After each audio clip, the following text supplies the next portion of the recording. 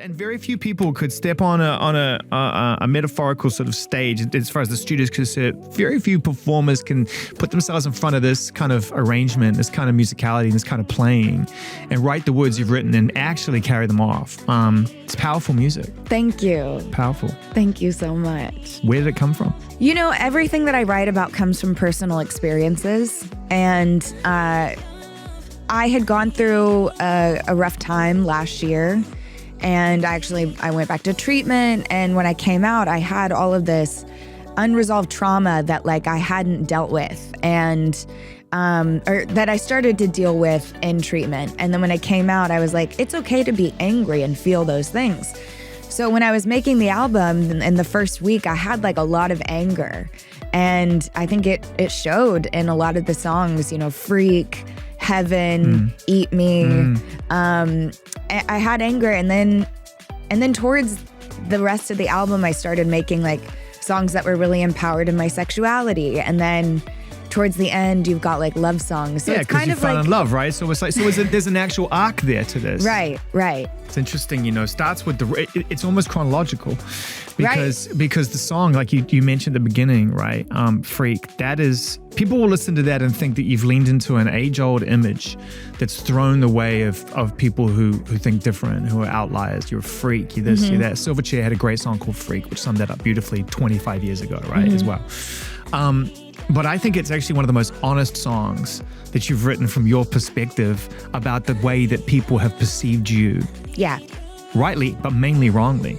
Right? Yes. And so it's really interesting that you've started the album with that, because it's for the first time I feel like you're just unafraid to face that. Yes. I'm unafraid of so many things. It's funny. I'm turning 30 next week. So I'm afraid to get on roller coasters. You're a Leo? I'm a Leo. Leo season. It was my birthday 2 days ago. We are the same. Happy birthday. Happy birthday, Lion. So I'm afraid to do certain things, but when it comes to being sure of who I am, I'm not afraid to release this music and for it to be in people's faces and have these songs that are so meaningful and empowering. And it's just this is me, take it or leave it. That I feel has been a constant. I don't feel like you've ever been afraid to let the music speak for you, even when there's been times when you haven't been able to do it consciously yourself.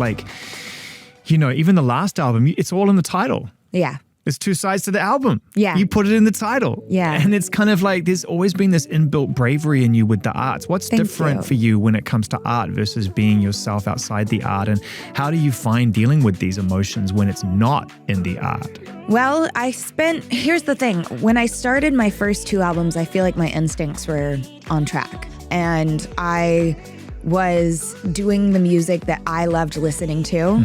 And then I strayed away from it because I thought, well, I want radio songs. You know what I'm saying? I want songs that are going to be played on the radio. So I started doing more pop music, and I started to lose myself as well as myself as an artist. It's so funny you mention that, because during the middle of that pop phase, I've told you this before, you probably don't remember, I saw you waiting to catch a people carrier up to a party during Grammy week one time, and I recognized you, and you didn't look like a pop star, you looked like a rock star. Oh, thanks. But I was listening to the music and it didn't reflect what I was seeing. Yeah.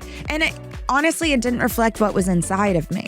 And I would get on stage and I'd be in these leotards and these stiletto shoes that I was miserable in. And I danced, I did choreography and stuff like that. And I just wasn't happy. And so I think that was, that led to me completely losing myself to find myself again. And I've started to find myself over time. And it's funny that when you just go back to who you were in the beginning, as a 15-year-old, my instincts were correct, and I just got to stick to those, but harder. So what would you have said to your 18-year-old self as you were starting to take a slight turn in the wrong direction, with the benefit of hindsight? Don't listen to anybody but yourself. This isn't about what anybody wants from you. It's about what you want from you. But that takes an enormous amount of self-awareness and self-confidence that comes from doing work. And I know that if I ask people that question very rarely, because I think it's actually a bit trite, but I thought it served its purpose in this conversation. But I would actually not know what advice to give to myself when I was younger,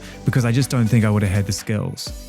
And you know what? I don't think that I would have been able to intake that information in the way that I'm saying it now. There's a lot of conviction in what I'm saying because I had to go through so much to learn about myself. Yeah. And if people ask me this too, like, what would you say to your younger self? And I would say, you're beautiful. You don't need to lose weight. You don't need to judge yourself so hard. It's like, but I couldn't have I couldn't have been able to comprehend those words at that time anyways. I just was in a position where everything I did was under a microscope. And so finding myself was under a microscope as well.